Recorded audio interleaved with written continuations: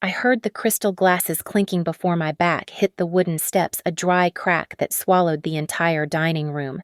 The smell of turkey, cranberry sauce, and her perfume twisted into a sickening wave of nausea.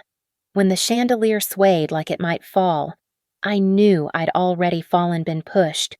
And just hours later, when she saw the envelope I placed before her, all that bloodline she'd always preached about vanished like cold November smoke. My name is Harper Lane, and I should have known that Thanksgiving at the Caldwell estate would end in blood, though not the kind my mother-in-law worshipped. The dining room stretched before me like a mahogany battlefield, every surface polished to mirror perfection. Diane had outdone herself this year. The table could seat 20, though we were only 8, and the chandelier imported from Prague. She'd remind us cast prismatic shadows across the sterling silver that only emerged for occasions she deemed worthy of true Caldwell tradition. "Harper, dear," Diane's voice cut through the kitchen steam as I arranged the cranberry sauce. "You're using the wrong serving dish. The Waterford Crystal is for family recipes. That store-bought sauce belongs in the everyday china." I switched dishes without comment. After 2 years of marriage to Ethan, I'd learned that silence was sometimes the only armor against Diane's 1,000 tiny cuts. She circled me like a hawk, her Chanel No. 5 preceding her, examining my every move with those cold gray eyes that Ethan, thankfully, hadn't inherited. "You know," she continued, adjusting the placement of my switched dish by exactly 2 inches, "when Ethan's grandmother hosted Thanksgiving, she made everything from scratch, even ground her own spices. But I suppose that's the difference between blood family and additions." The word hung between us like a blade. I thought of the envelope tucked in my purse, sealed and waiting, at Northbridge Diagnostics, where I spent my days analyzing genetic markers and hereditary patterns.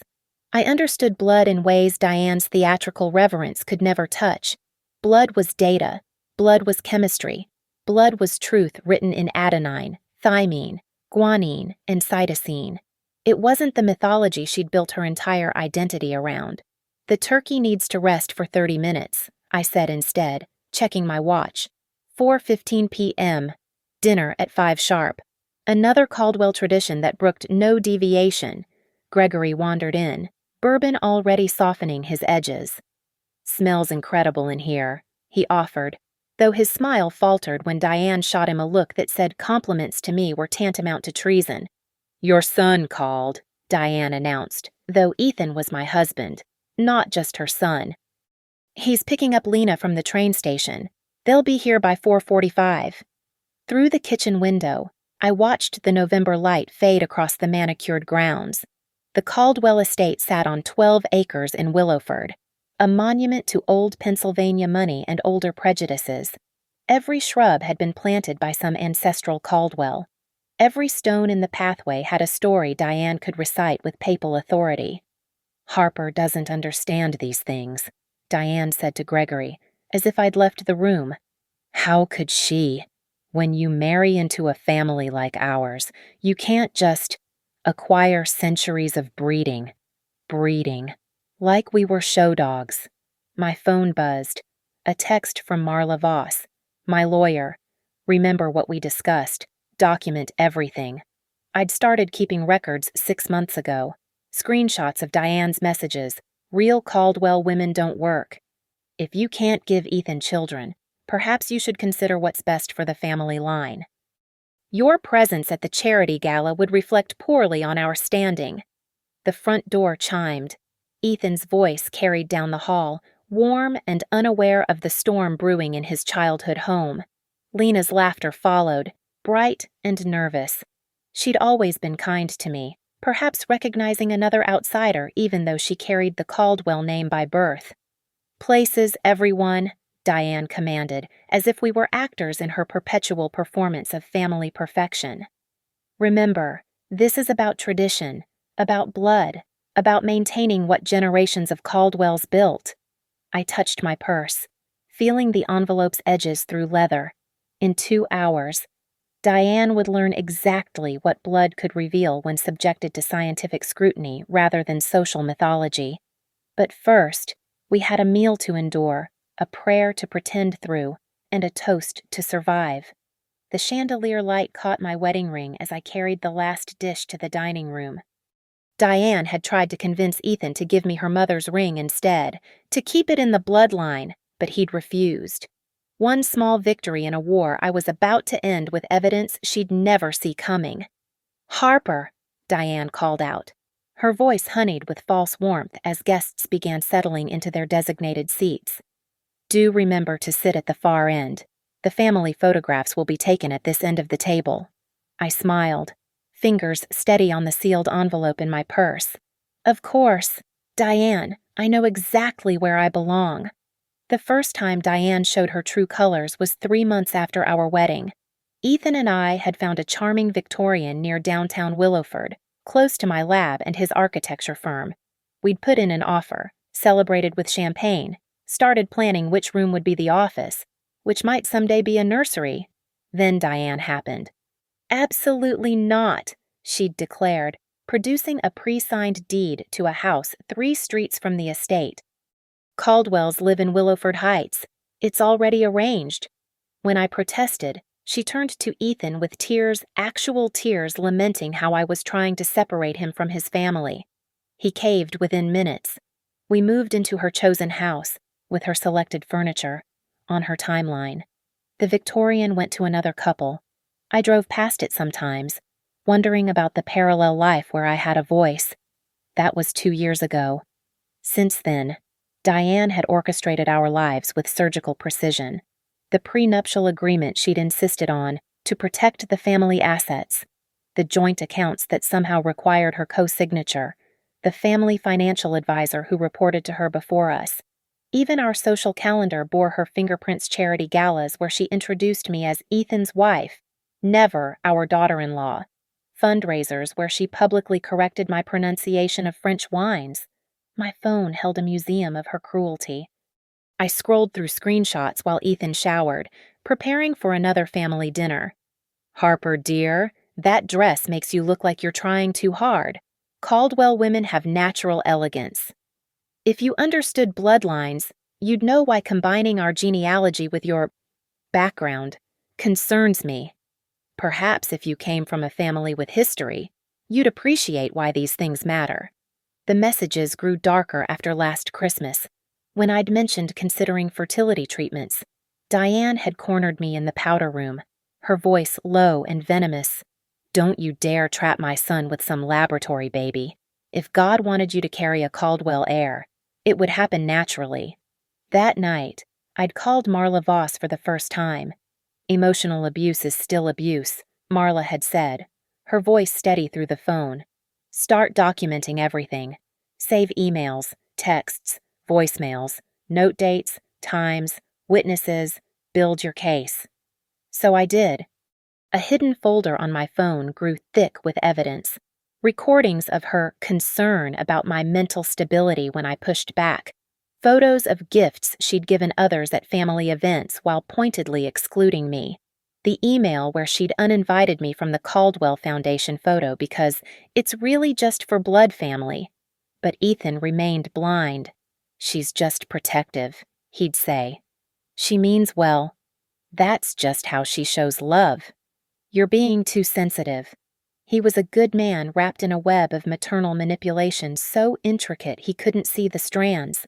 When Diane criticized my cooking, he'd offer to hire help. When she questioned my career, he'd suggest I could work part-time. When she lamented our lack of children, he'd hold me while I cried, never recognizing his mother as the source of my tears. The breaking point came last month. I'd been promoted to senior genetic analyst at Northbridge, a position I'd worked toward for 5 years. Ethan had planned a celebration dinner, just the 2 of us, at Laurent's downtown. Diane found out. A wife's place is supporting her husband's career, not overshadowing it, she'd announced at Sunday dinner, in front of Gregory, Lena, and 3 family friends. But I suppose when you come from nothing, any little achievement feels significant. That night, I'd started collecting DNA samples.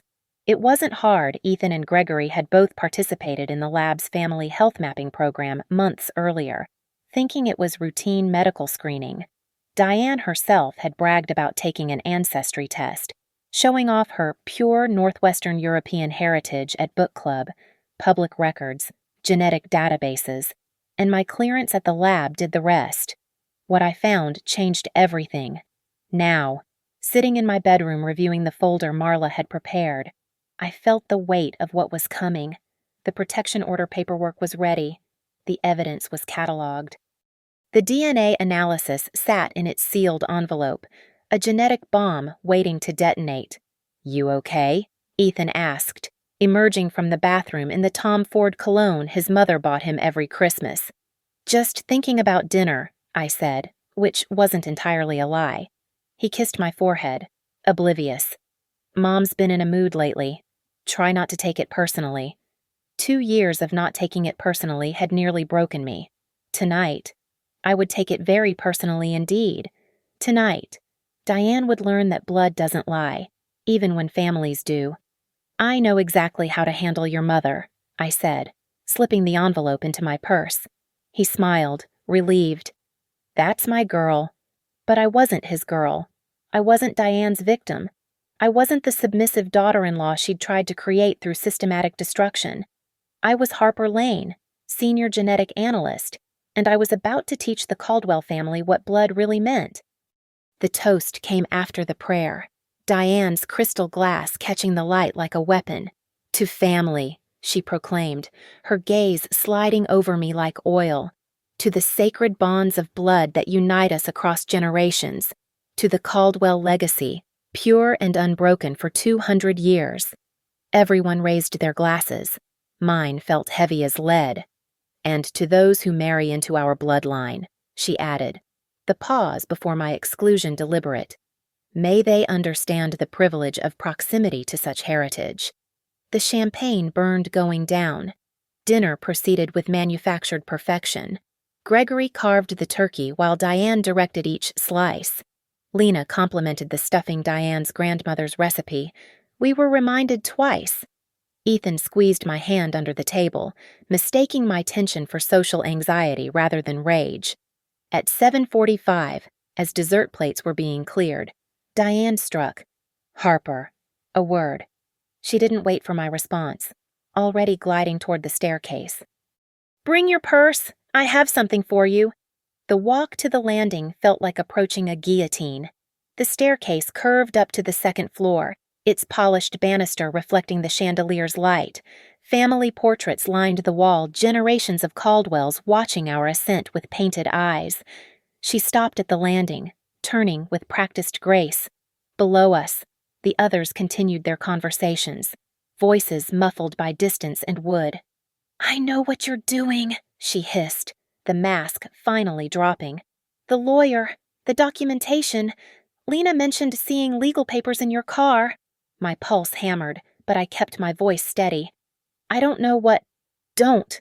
Her manicured finger jabbed toward my chest. "You think you can threaten this family? You think your little folder of hurt feelings means anything against 2 centuries of Caldwell standing? It's not about feelings, Diane. It's about facts." Her laugh was bitter as unsweetened chocolate. "Facts. Here's a fact you're nothing. A lab technician who got lucky. You seduced my son with your—" She waved dismissively. "Your common prettiness and your fake interest in his work. But blood tells, Harper. Blood always tells." "You're right," I said quietly. "Blood does tell." Something in my tone made her step back. Her heel caught the edge of the Persian runner.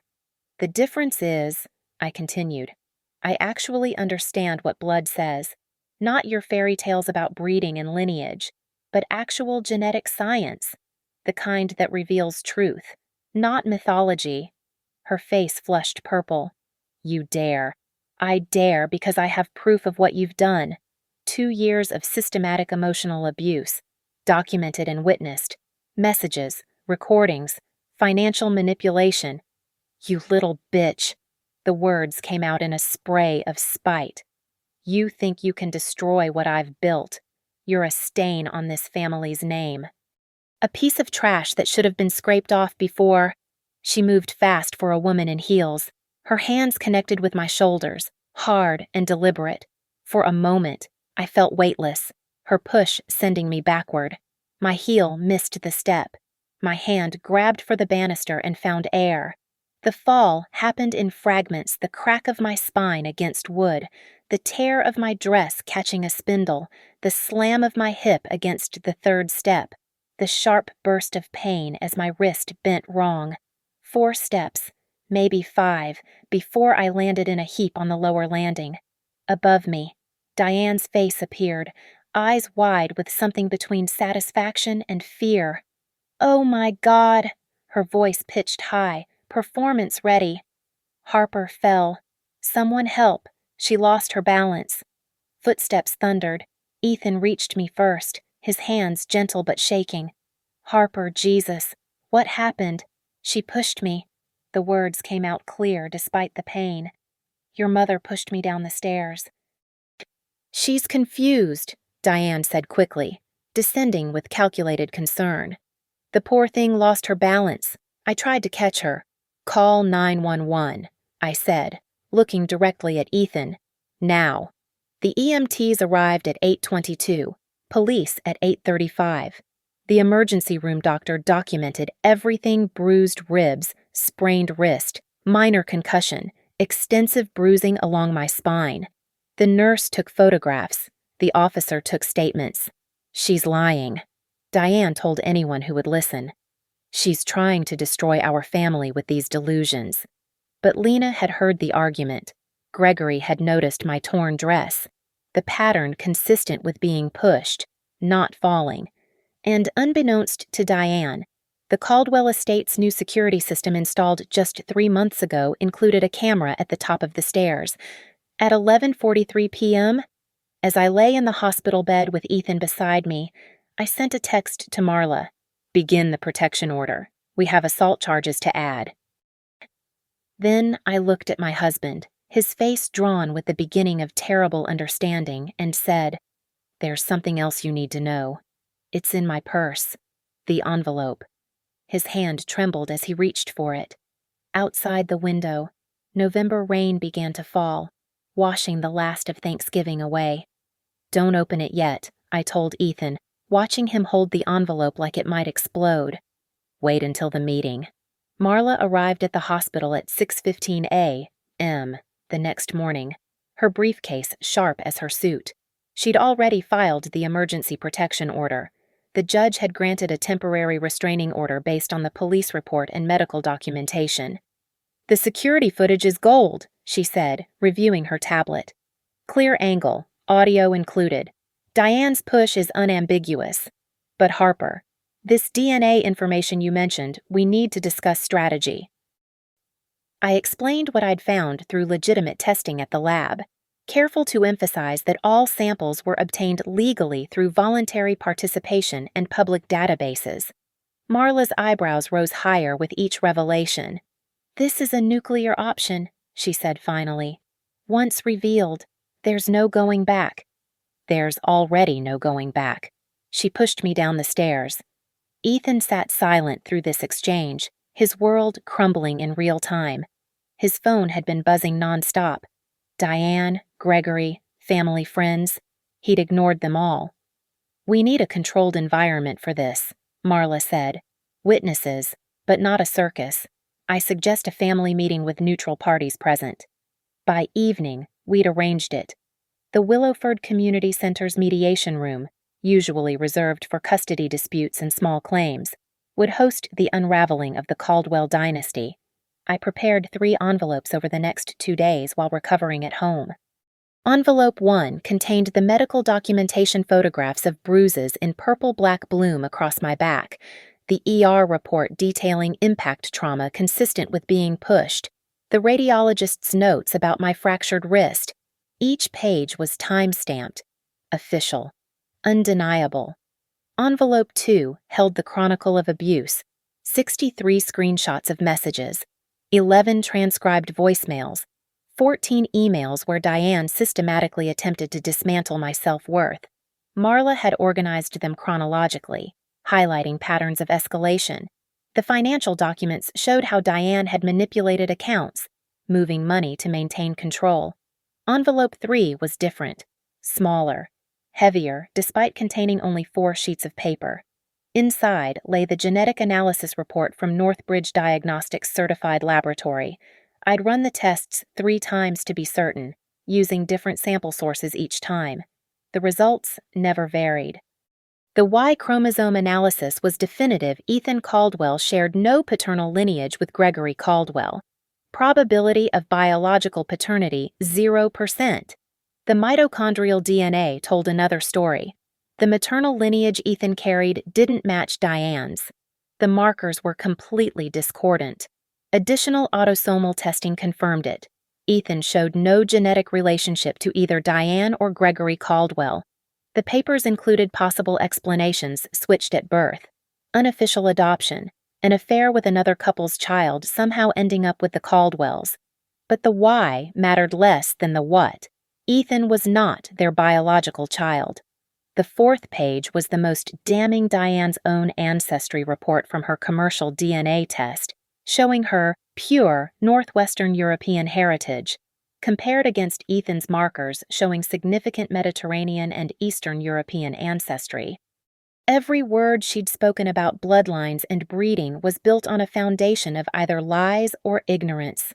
"Are you sure about this?" Ethan asked the night before the meeting, holding the sealed 3rd envelope.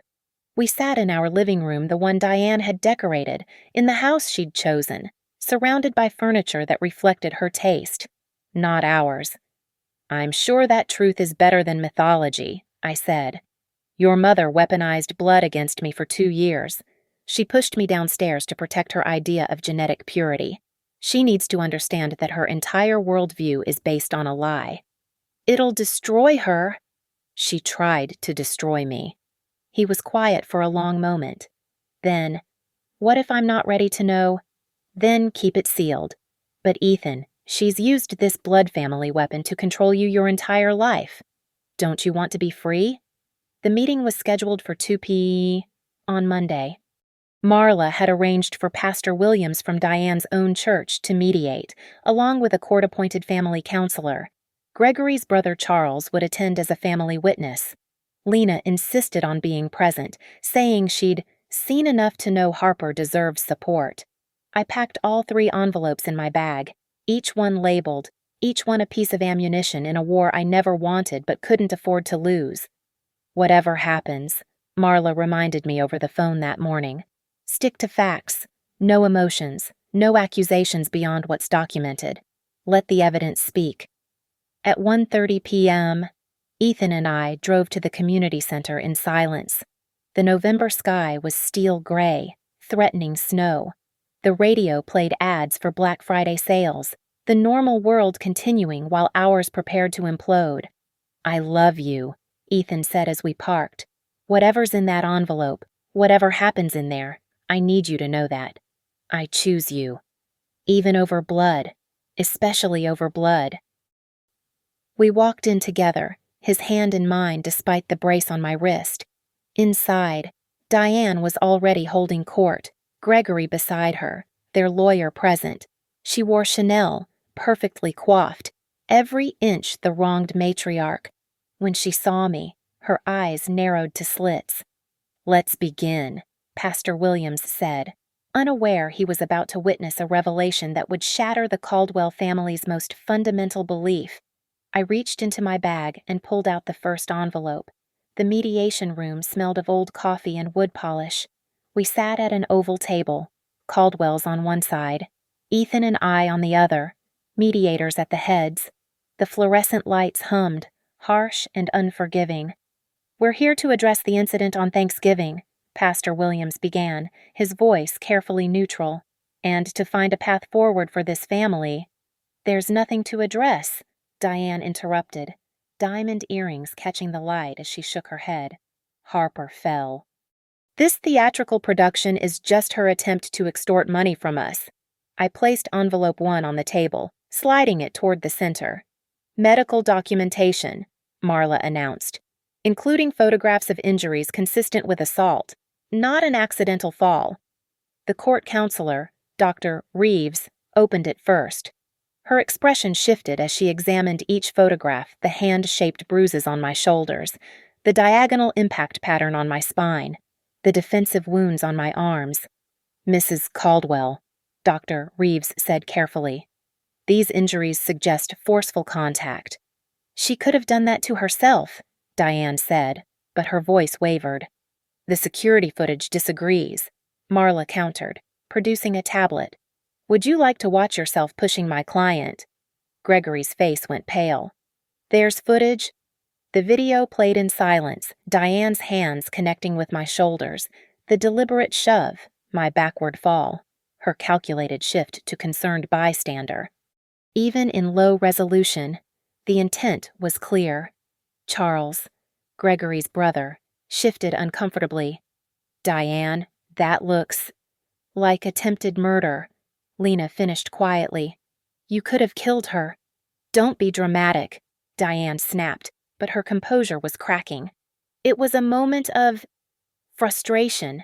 Harper had been provoking me with lies about I placed envelope 2 on the table.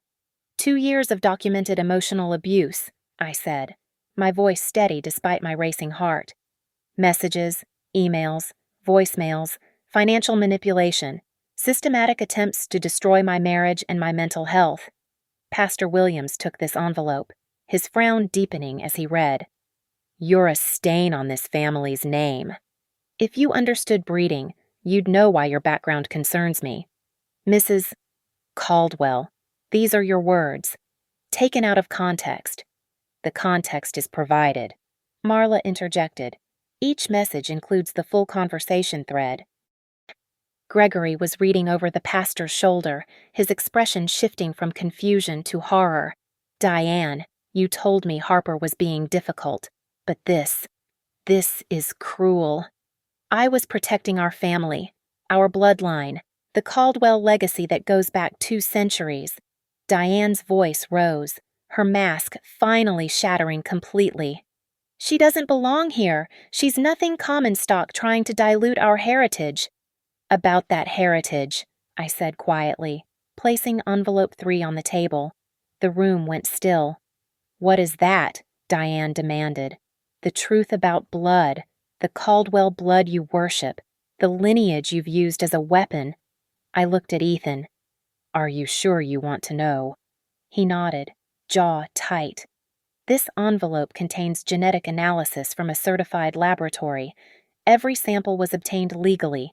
Ethan and Gregory through the family health program they voluntarily joined. Diane through the ancestry test she took and proudly shared." I paused, meeting Diane's eyes. "Would you like to tell them? Or should I—" "Tell us what?" Gregory asked, reaching for the envelope. Diane lunged for it, but Charles held her back. "Let him read it." "Diane." Gregory opened the envelope with trembling fingers. The room was silent except for the rustle of paper and the hum of lights.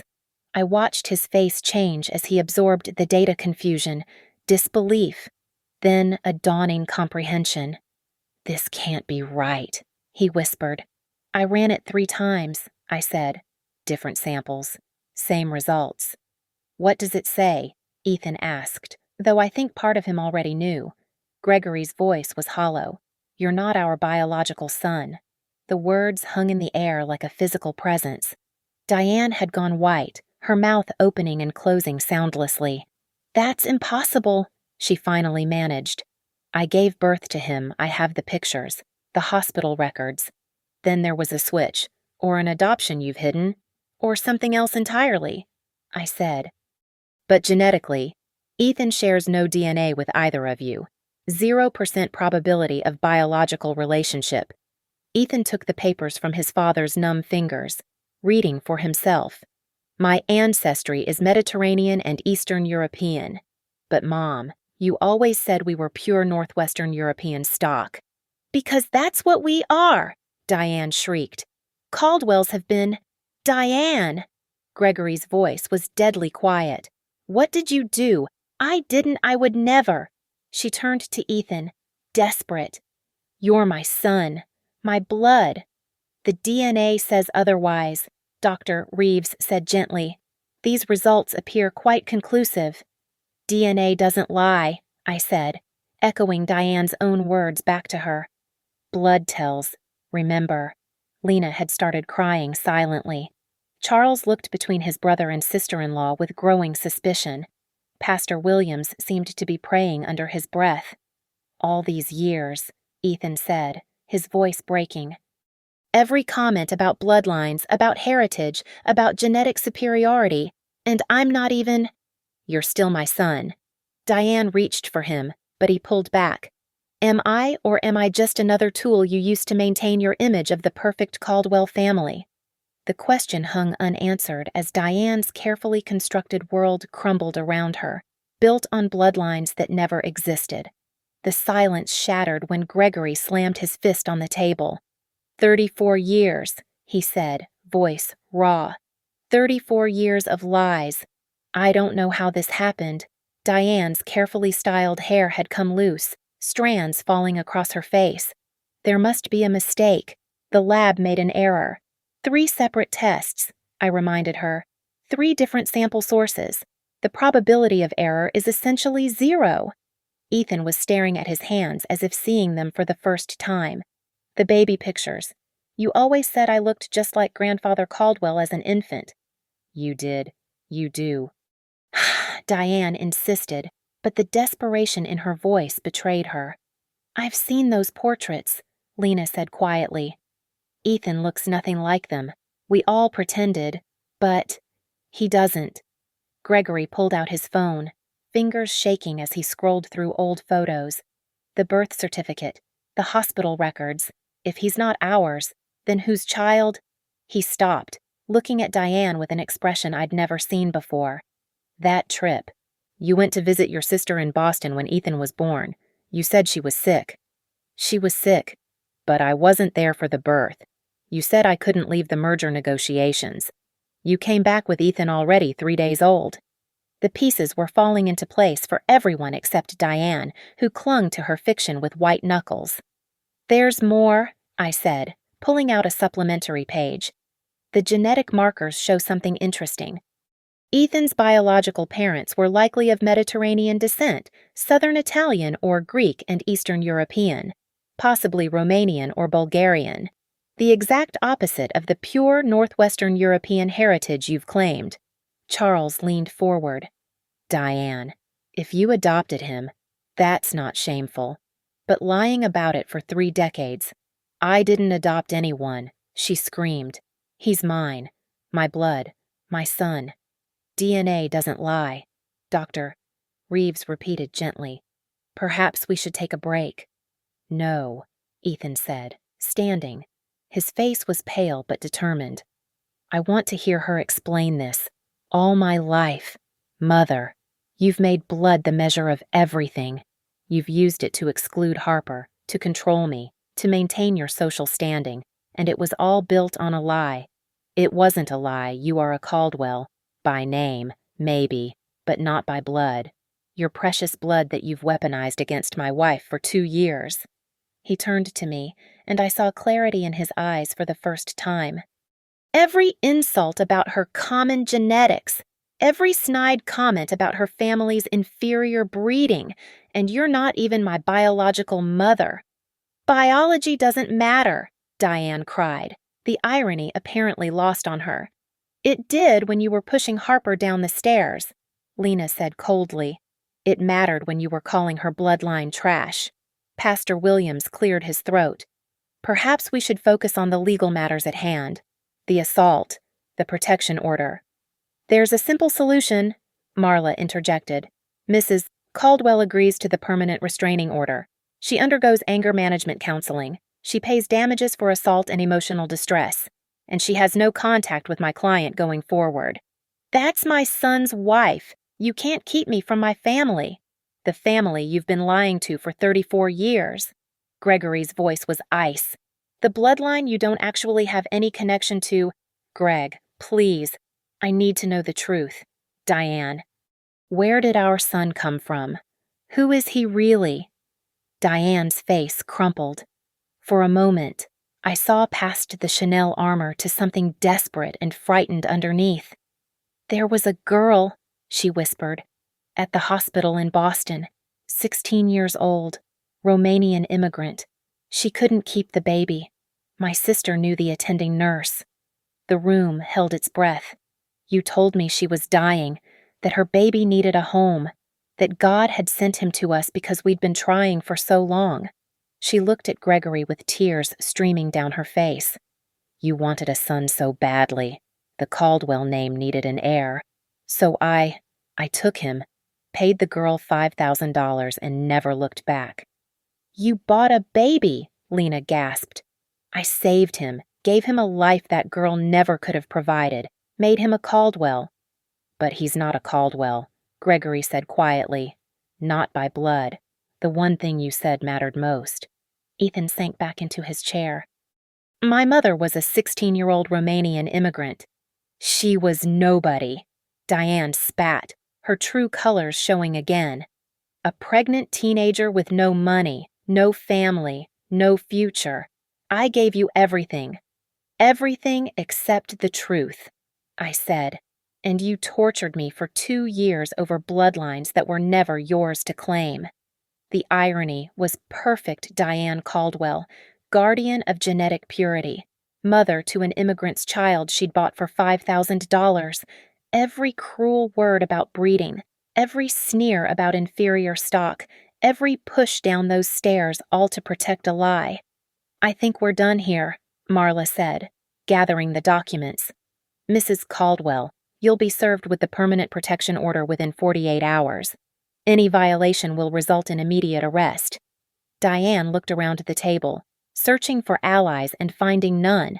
Even her lawyer was packing up, unwilling to defend the indefensible. The protection order was signed at 3:45 p.m. Tuesday. By Wednesday morning, Diane Caldwell's carefully constructed world had collapsed entirely. The security footage from Thanksgiving had been officially submitted to the district attorney.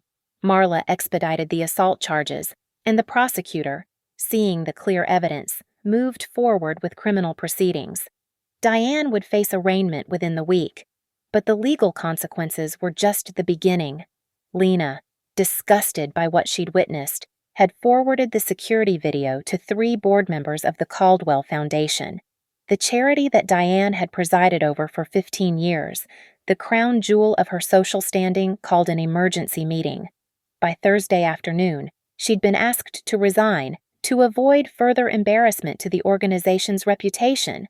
The Willowford Country Club, where Diane had served on the admissions committee, suddenly found her presence incompatible with their values. Her position at St. Matthew's Presbyterian Church's Board of Elders was quietly withdrawn. The holiday gala she'd been chairing was reassigned to another family. Gregory moved fast and ruthlessly. Their joint accounts were frozen pending what his lawyer called a comprehensive financial review. Every transaction Diane had made using family funds was scrutinized. The unauthorized transfers to control our finances came to light. Nearly $40,000 moved without proper authority. She's been siphoning money for years, Gregory told Ethan over the phone Thursday evening. Small amounts, but consistent. Always for family preservation or maintaining standards. I'm having forensic accountants review everything. Gregory had moved into the pool house. The 12-acre estate that had been Diane's kingdom now felt like her prison. Friday morning, Marla called with an update. Diane's lawyer reached out. She wants to negotiate. No negotiations, I said firmly. She pushed me down the stairs. I agree, but you should know the criminal case is solid. The prosecutor mentioned potential jail time, 6 months to a year, possibly. That afternoon, I drafted my statement, not for court, but for the family. Sitting at my kitchen table in the house Diane had chosen but would never enter again, I wrote with careful precision, to the extended Caldwell family and concerned parties, the recent events involving Mrs. Diane Caldwell require clarification. For 2 years, I endured systematic emotional abuse justified by claims of genetic superiority and bloodline purity. This culminated in physical assault on Thanksgiving Day, captured on security footage. DNA testing has revealed that these bloodline claims were founded on deception. The Caldwell lineage, Mrs. Diane Caldwell weaponized against me does not exist as she presented it. I am pursuing all legal remedies available, including criminal prosecution for assault and civil action for damages. A permanent restraining order is now in effect. I bear no ill will toward the Caldwell family. My husband Ethan and I are committed to building our future based on truth, not mythology, on chosen family, not false bloodlines, on mutual respect, not manipulation. Any attempts to circumvent the restraining order or continue harassment will be met with immediate legal action. Harper Lane. I sent it to 37 people, every Caldwell relative, family friend, and social connection who needed to know the truth. Within hours, my phone buzzed with responses. Support from cousins who'd suffered Diane's judgment, apologies from family friends who'd witnessed her cruelty but stayed silent, shock from those who'd believed her performance of perfection. Saturday brought the final blow to Diane's empire. The Willowford Herald, having caught wind of the scandal, ran a piece, "Prominent Socialite Faces Assault Charges." They didn't name names, but everyone knew. The reporter had somehow obtained details about the DNA revelation, Lena, perhaps, or someone else ready to see Diane's reign end. By Sunday, Gregory had filed for legal separation. 34 years of marriage built on a lie, he said when he called Ethan. I can't forgive this. The Caldwell Foundation formally announced Diane's retirement in a terse press release. St. Matthews removed her nameplate from the elders' board. The country club revoked her membership, but the true ending came in a handwritten letter delivered by courier Sunday evening. Harper, you've destroyed everything. My reputation, my marriage, my family, my life's work. All for what revenge? You could have stayed quiet, played your role, accepted your place. Instead, you've ruined the Caldwell name. But know this, blood or no blood. Ethan is my son. I raised him. I shaped him.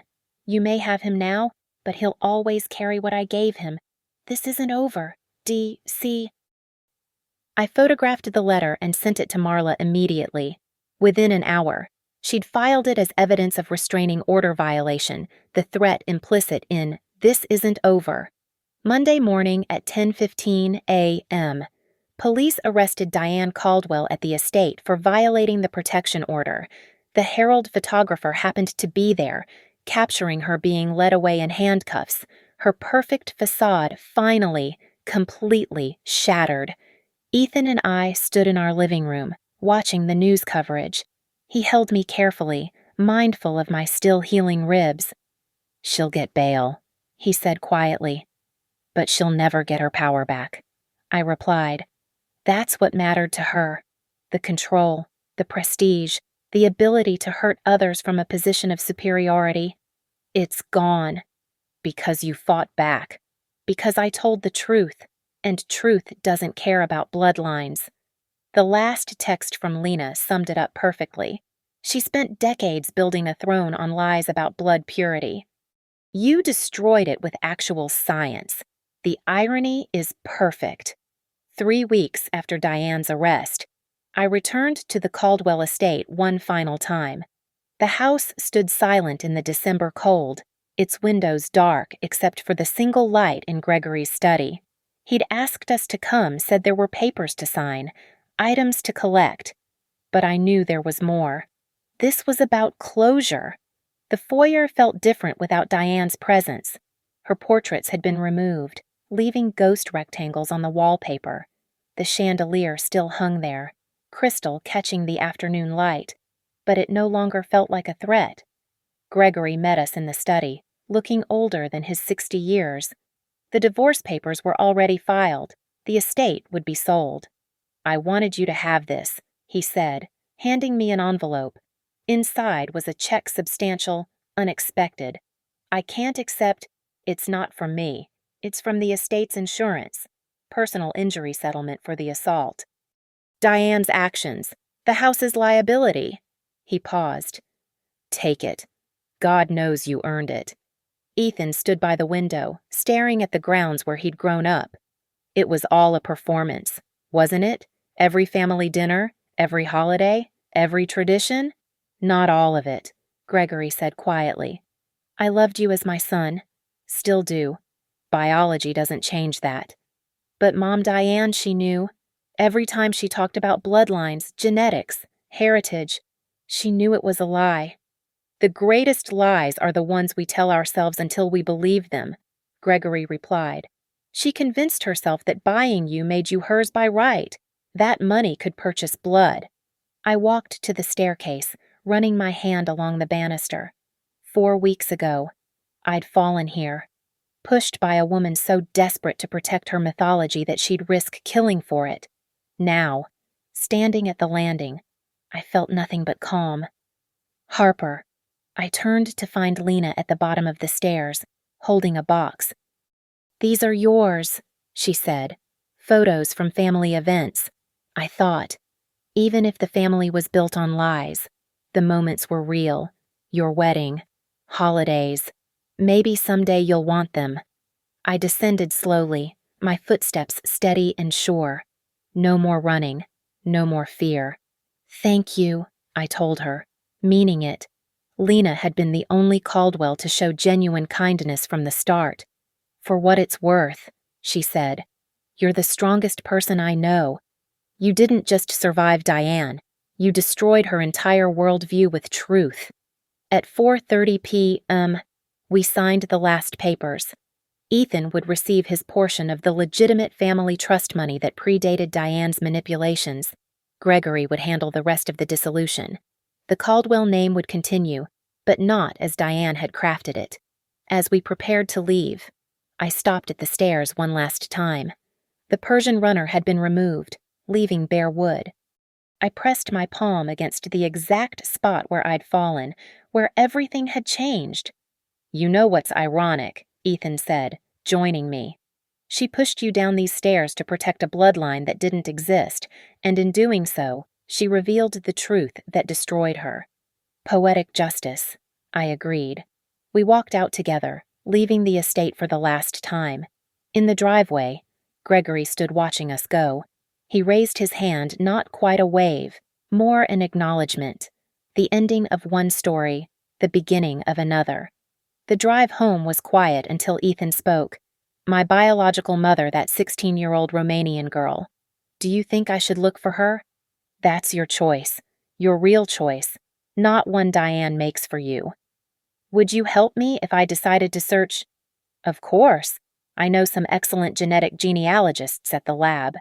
He smiled, the first genuine smile I'd seen since Thanksgiving. Diane would hate that, using genetic science to find my actual bloodline. Good thing she no longer gets a vote. That evening, as snow began to fall on Willowford, we sat in our living room still decorated with Diane's choices, but slowly becoming ours. The restraining order sat on the coffee table, a paper shield against the woman who'd tried to break me. My phone buzzed with a text from Marla. Diane pled guilty to avoid trial. 6 months minimum security. 2 years probation. Mandatory anger management. It's over. Over. Such a simple word for such a complex ending. I thought about blood, then how Diane had worshipped it, weaponized it, ultimately been undone by it. She'd built an empire on the mythology of genetics, only to have actual genetics reveal her empire was built on sand. She'd pushed me down those stairs screaming about bloodlines, never knowing she had no claim to the blood she valued above all else. The next morning, I returned to work at Northbridge Diagnostics. My colleagues had followed the news, offered support, expressed outrage. But I didn't want to be the woman who was pushed down the stairs. I wanted to be the scientist who used truth to dismantle lies. At my desk, I found a package. Inside was a small framed quote from Lena. Blood makes you related. Loyalty makes you family. I placed it on my shelf, next to my certificates and degrees, the credentials Diane had mocked, the education she'd dismissed, the expertise that had ultimately defeated her. My footsteps no longer trembled. My voice no longer shook. I'd been pushed down those stairs as a victim. I'd walked back down them as a victor. The Caldwell bloodline Diane had killed to protect never existed, but the family Ethan and I would build based on truth, choice, and real love rather than manufactured mythology that was real. That was ours. and no one would ever push us down again. Thank you so much for listening to this story. I'd love to know where you're listening from. Drop a comment below and let's connect.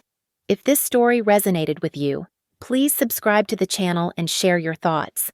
Your experiences and perspectives make this community special. Until next time, remember, truth is always more powerful than mythology.